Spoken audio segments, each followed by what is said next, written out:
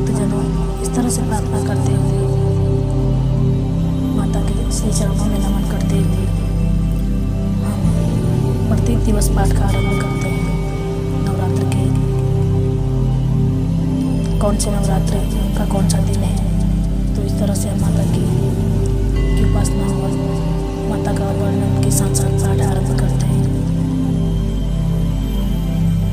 आज पुनः हम माता के श्री चरणों में माँ आदिशक्ति माता भगवती के श्री चरणों में सत नमन करते हुए पुनः आगे का पाठ प्रारंभ करेंगे। उससे पहले माता के श्री चरणों में जयकारा लगाते हुए कमेंट बॉक्स में जय माता दी लिखते हैं और उन माता से हम प्रार्थना करते हैं, उन जगतमयी जगत जननी उन जगदम्बा अंबिका से हम प्रार्थना करते हैं। मैं प्रार्थना करती हूँ, हे माँ भगवती, हे अंबिका, हे दुर्गे माँ, जो भी भक्तजन श्रद्धापूर्वक आपके श्री चरणों में शीश नवाते हैं और आपकी सेवा में संलग्न रहते हैं, नवरात्र में आपकी सच्चे हृदय से जो आपका स्मरण मात्र कर रहा है, स्मरण मात्र भी कर पा रहा है, सच्ची आराधना आपके सम्मुख रख पा रहा है, हाथ जोड़ के विनती कर पा रहा है, उन सभी भक्तजनों के जो इस पाठ को सुन रहा है और जो इस पाठ को कर रहा है, उन सभी के कष्ट, उन सभी के दुख दर्द को दूर करो माँ, उनके कष्ट को हर लो। जो भी श्रद्धालु जन, जो भी भक्तजन, जो भी साधक आपके श्री चरणों में अपना मस्तक झुकाते हैं, उनके तो आप कष्ट हर लेती हो, उनके सारे दुख हर लेती हो। इसी तरह से हम सबके भी कष्ट हरो माँ, ये जगत जननी जगदम्बा भवानी आदि शक्ति अंबिका भगवती माता के श्री चरणों में सत्संग नमन करते हुए आगे का पाठ प्रारंभ करते हैं। जय माँ भगवती, जय माता दी, जय माँ भगवती। भक्तजनों, आज 7वें दिन माँ कालरात्रि सप्तमी का दिन है, तो आज हम माँ कालरात्रि की उपासना करते हुए पाठ का प्रारंभ करेंगे। आज हमारा 11वां अध्याय चल रहा है। आज 11वां अध्याय हम बोलेंगे, हम सुनेंगे कि तो माँ काली, महाकाली, माँ कालरात्रि की उपासना प्रार्थना के साथ शुरू करते हैं। एक वेणी जपा कर्णपुरा नग्ना खरा स्थिता, एक वेणी जपा कर्णपुरा नग्ना खरा स्थिता, लांबोष्टि कर्णी का कर्णी तैला भव्य व्यक्त शरीरणी, बाम पादोल सलोहल ताकंटक भूषणा, वर्धन मूर्धध्वजा कृष्णा कालरात्रि भयंकरी। जय माँ। माँ दुर्गा जी की सातवीं शक्ति कालरात्रि के नाम से जानी जाती है। माँ दुर्गा जी सातवीं शक्ति कालरात्रि के नाम से जानी जाती है। माँ कालरात्रि का स्वरूप देखने में अत्यंत भयानक है, लेकिन ये सदैव सुफल ही देने वाली है। इसी कारण इनका नाम शुंभकरी भी है। दुर्गा पूजा के 7वें दिन माँ कालरात्रि उपासना का विधान है। इस दिन साधक का मन सहस्त्रार चक्र में स्थित रहता है। इसके लिए ब्रह्मांड की समस्त सिद्धियों का द्वार खुलने लगता है।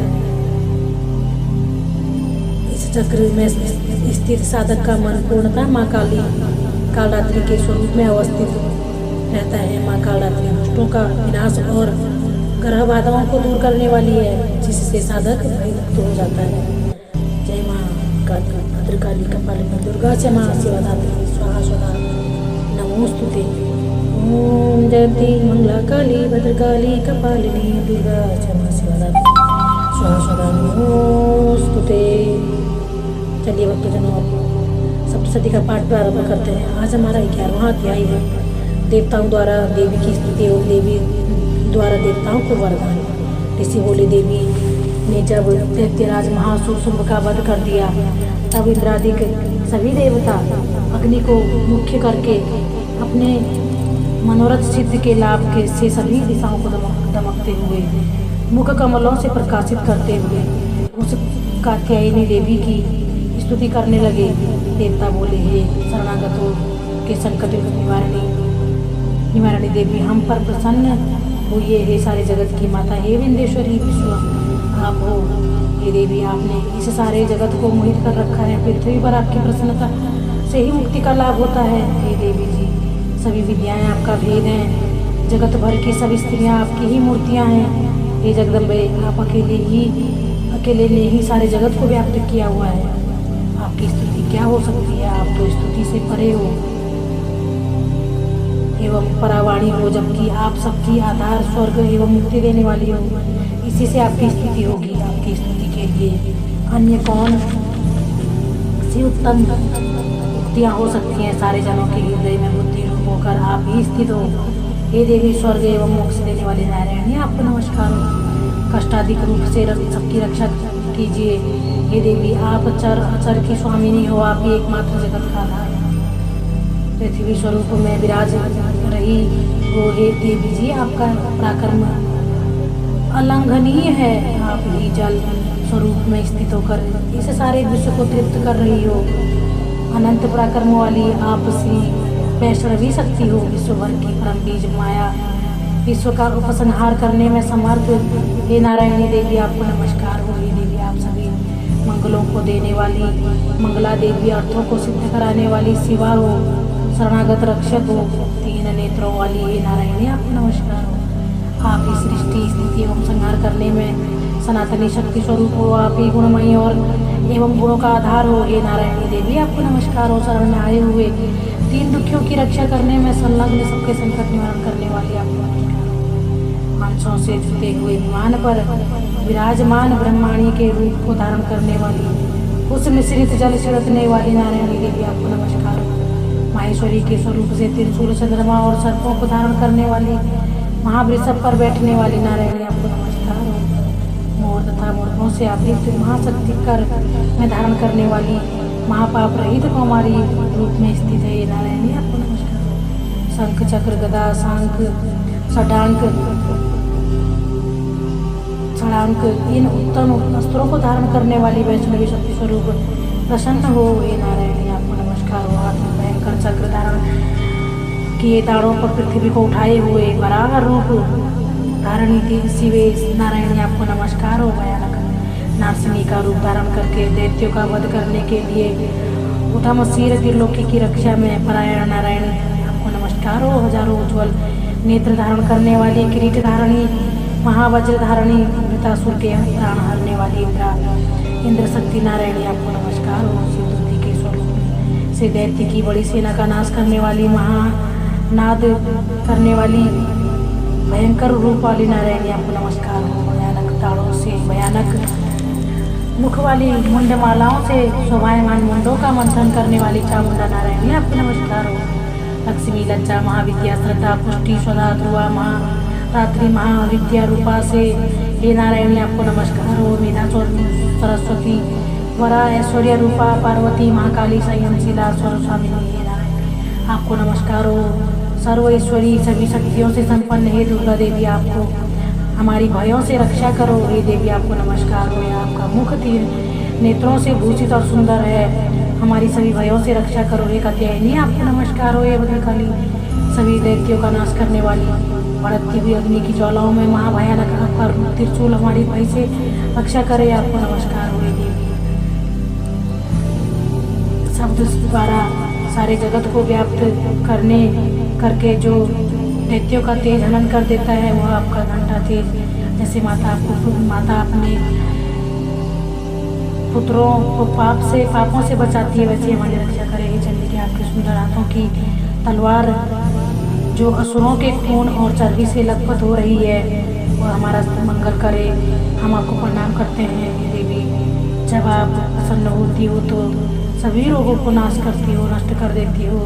क्रोध करने पर सभी मनोरथ एवं कामनाएं नाश करती हो। आपके आश्रित पुरुषों पर कोई संकट नहीं आता है, परंतु आपके आश्रित पुरुष दूसरों को भी आश्रय देते हैं। हे देवी आपने जो आज धर्मद्वेषी महादेव का आश्रय किया, वह अपने स्वरूपों को अनेक शक्ति स्वरूपों में विभक्त करके किया है। ये अंबिके आपके सिवाय और कौन दूसरा ऐसा कर सकता है। विद्याओं में, विचारों में, दीपक रूप शास्त्रों में, वेद वाक्यों में आपके सिवा और किसका वर्णन आता है, और न आपके सिवा कोई दूसरी शक्ति है जो इस विश्व को ज्ञान रूपी भयानक अंधकार से पूर्ण ममता रूपी गड्ढे में खूब भटका रही है, जहाँ राक्षस हो, विष वाले सर्प हो, जहाँ शत्रु हो, जहाँ पर डाकुओं का दल आ जाए, वन में आग लग रही हो एवं समुद्र के मध्य में जहाँ कहीं उपस्थिति होकर आप विश्व की रक्षा कर लेती हो विंध्येश्वरी। आप विश्व की रक्षा करती हो, विश्व रूपा होकर विश्व को धारण करती हो आप विंध्येश्वर से वो जो पुरुष आपको प्रणाम करते हैं वो विश्व के आश्रय हो जाते हैं देवी। जिस प्रकार इस समय दैत्यों के वध से तुरंत हमारी रक्षा कर ली, इसी प्रकार नित्य हमें शत्रुओं के भय से बचाइए, प्रसन्न होइए और जल्दी से हमारे सारे जगत से पाप नष्ट कीजिए, पापों से उन्मत्त हमारी महामारी आदि उपद्रव भी दूर हो ये देवी। विश्व भर में दुख दूर करने वाली प्रणाम करने वाले हम सब प्रसन्न होइए, प्रणाम करने वाले हम सब पर प्रसन्न होइए। तीनों लोकों के निवासियों से स्तुति की गई मातेश्वरी, सब लोगों के निवासियों से स्तुति की गई मातेश्वरी, सब लोगों को वरदान दीजिए हे देवी बोली हे देवगणों, मैं वर देने को तैयार हूँ, मन चाह वर मांग लो, संसार का उपकारक वर मैं अवश्य देती हूँ। देवता बोले हे सर्वेश्वरी, आप लोग की समस्त बाधाएं शांत करें और इसी प्रकार हमारे शत्रुओं का भी नाश करें। देवी बोलिए देवगण वैवत्स मनवंतर के 28वें युग के आने पर शुंभ निशुंभ नामी 2 और दैत्य महादैत्य पैदा हो जाएंगे। तब मैं नंदगोप की ग्रहणी यशोदा के गर्भ से अवतार लूंगी और विंध्याचल में जाकर निवास करूंगी। फिर पृथ्वी पर महाभयंकर रूप से अवतार लेकर वे प्रचिति नामक घोर दैत्य का भक्षण करते समय मेरे दांत भी अनार के फूलों की तरह लाल हो जाएंगे। तब स्वर्ग से देवता और पृथ्वी पर मनुष्य मेरी स्तुति करते हुए मुझे रत्नंतिका कहेंगे। उसके अनंतर जब पृथ्वी पर 100 वर्षों तक वर्षा नहीं होगी, पानी नहीं मिलेगा, तब मुनिजन मेरी स्तुति करेंगे। उस समय मैं अयोनिजा प्रकट होंगी, मैं 100 नेत्रों द्वारा उन मुनियों को देखूंगी। तब मनुष्य मेरा शताक्षी नाम से कीर्तन करेंगे ही देवतागण। उस समय सारे संसार को जब तक वर्षा नहीं होती तब तक अपने शरीर से उत्पन्न शाखों द्वारा पालूंगी। पृथ्वी पर सांग परिणाम इस नाम से मैं विख्यात हो जाऊंगी। वहाँ पर मैं एक दुर्गम नाम के दैत्य का वध करूंगी, फिर मेरा नाम दुर्गा देवी विख्यात होगा। फिर जब मैं भयानक रूप धारण करके हिमालय पर रहने वाले राक्षसों का मुनिजनों की रक्षा के लिए भक्षण करूंगी, उस समय सभी मुनि भक्तिभाव से नम्र होकर मेरी स्तुति करेंगे, तब मेरा नाम भीमा देवी विख्यात होगा। फिर जब अरुण नामक दैत्य तीनों लोकों में भारी उपद्रव मचाएगा, तब त्रिलोक की रक्षा के लिए मैं 6 पंजों वाली असंख्य ब्रह्मणों का रूप धारण करके उस महाअसुर का वध करूंगी। उस समय मुझे ब्राह्मणी कहकर लोग सर्वत्र मेरी स्तुति करेंगे। इसी प्रकार जब जब भी लोगों में दैत्य द्वारा बाधाएं उपस्थित होंगी, तब तब मैं अवतार लेकर शत्रुओं का नाश करूंगी। 12वां अध्याय देवी चरित्र के पाठ का महात्म्य। देवी बोली, जो पुरुष एकाग्र होकर इन स्तोत्रों से नित्य मेरी स्तुति करेगा, उसकी सभी बाधाएं निसंचय नाश कर दूंगी। और जो कैटअप का नाश, महिषासुर का घात एवं शुंभ निशुंभ इन दोनों के वध आदि का कीर्तन करेंगे। और जो एकाग्र होकर अष्टमी, चतुर्दशी एवं नवमी तिथियों में भक्तिपूर्वक मेरे इन उत्तम चरित्रों का महात्म्य सुनेंगे, उन्हें किसी प्रकार का अनिष्ट स्पर्श नहीं कर सकेगा। न पापों से उन्मत्त आपत्तियाँ उन्हें दुखित कर सकेंगी, न दरिद्रता प्राप्त होगी और न पीड़े का वियोग होगा। शत्रु का भय नहीं होगा, लुटेरे तथा राज से भी कोई भय नहीं आएगा, और न शस्त्रों से, न अग्नि से, न जला राशि से जय भय कभी भी न होगा। इसलिए मेरा महात्म्य एकाग्रचित्त होकर पढ़ना चाहिए, यह भक्तिभाव से एवं भक्तिभाव से सदा सुनना चाहिए। मेरा चरित्र परम मंगलदायक है, महामारी से आपके उत्पन्न सभी उपद्रवों को तथा तीनों तापों को मेरा महात्म्य शांत कर देता है। मेरे जिस मंदिर में मेरा यह महात्म्य पढ़ा जा रहा हो, उस स्थान का मैं कभी त्याग नहीं करती, वहाँ मेरा सदा सानिध्य रहता है। बलिदान, पूजा, अग्निहोत्र एवं महोत्सव में इस मेरे सारे चरित्र का पाठ करे और श्रवण करे। इस प्रकार विधि जानकर अथवा बिना जाने वाली पूजा, हवन आदि जो कुछ भी करेगा, मैं उसे मैं प्रतिपूर्वक ग्रहण कर लेती हूँ। शरद काल में मेरी वार्षिकी महापूजा की जाती है।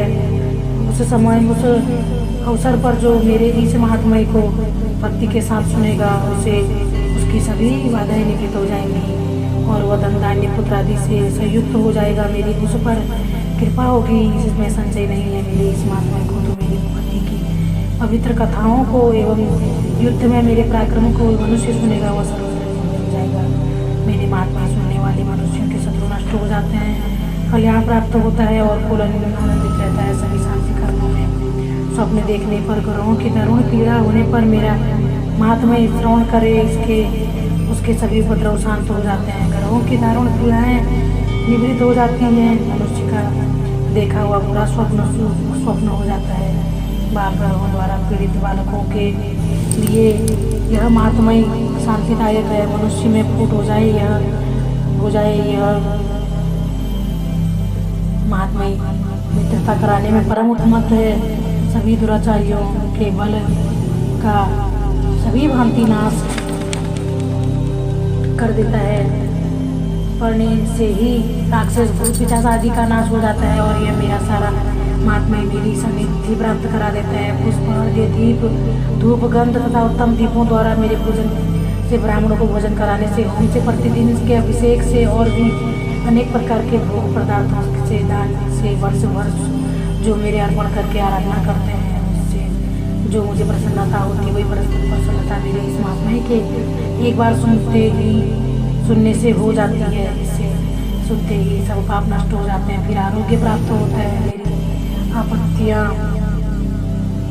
आपत्तियों का कीर्तन जो, मेरी उत्पत्तियों का कीर्तन जो तो सभी भूतों से रक्षा करता है।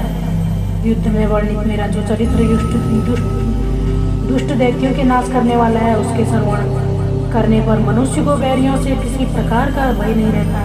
ये देवतागण तुम लोगों ने जो मेरी स्तुतियाँ की है एवं ब्रह्म ऋषियों ने जो की हैं और ब्रह्मा जी ने जो की हैं, वो सभी मंगलमयी बुद्धि देती हैं।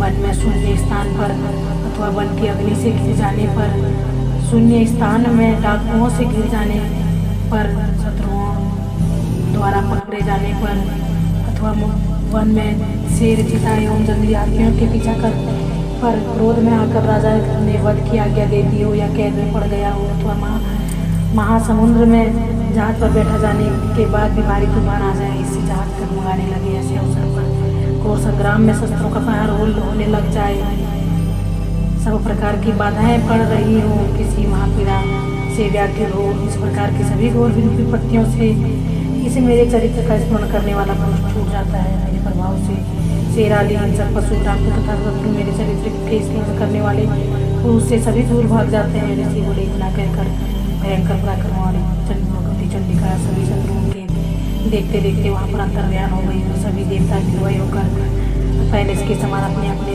अधिकार प्राप्त करके अपने अपने यज्ञ भागों के भोक्ता हुए। बाकी दैत्यों का हाल सुनिए। जबकि देव शत्रु शुंभ युद्ध में मारा गया, तो इस जगत में विध्वंस पर तुला हुआ था, जो इस जगत में विध्वंस पर तुला हुआ था, जो अतुल भयंकर महाकर्मी था, उसके मारे जाने पर और फिर महापराक्रमी शंभु के भी मारे जाने पर बाकी बचे कुछ दैत्य पाताल में भाग गए। ये राजन इस प्रकार भगवती जगदम्बिका नित्य स्वरूप देवी स्वरूपा देवी पुनः पुनः प्रकट होकर जगत की रक्षा किया करती हैं। यह देवी विश्व का मोहन करती हैं, वही जगत को पैदा करती हैं, उसी के आगे प्रार्थना करने पर संतुष्ट हो जाती हैं, फिर ज्ञान एवं वृद्धि प्रदान करती हैं। ये राजन उसी ने ही सारे संसार को व्याप्त कर रखा है। महाप्रलय काल में महामारी के स्वरूप से ही यह देवी ब्रह्मांड पर भर में व्याप्त हो जाती हैं। वही देवी समय समय पर महामारी हो जाती हैं, जन्मा होते हुए सृष्टि रूपा हो जाती हैं। वही सनातनी देवी समय समय पर प्राणियों की स्थिति क्रिया करती हैं। मनुष्यों के उन्नति समय में वही देवी घर में वृद्धि दायनी लक्ष्मी रूपा हो जाती हैं। फिर अभाव के समय विनाश के लिए लक्ष्मी दरिद्रता भी बन जाती हैं। पुष्प, धूप, गंध आदि सामग्रियों से पूजी हुई फिर स्तुति करने पर यही देवी धन, पुत्र, धर्म में मति, शुभ गति आदि प्रदान करती हैं। जय माँ भगवती। आज का अध्याय समाप्त करते हैं। बाकी का कल 8वें दिन महागौरी की स्तुति के साथ में प्रारंभ की जाएगी। जय माँ।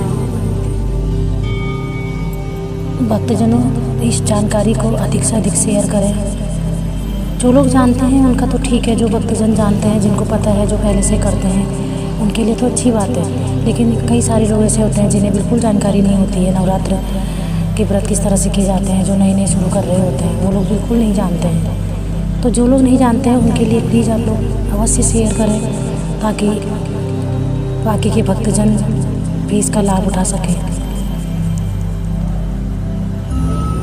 जय माता दी।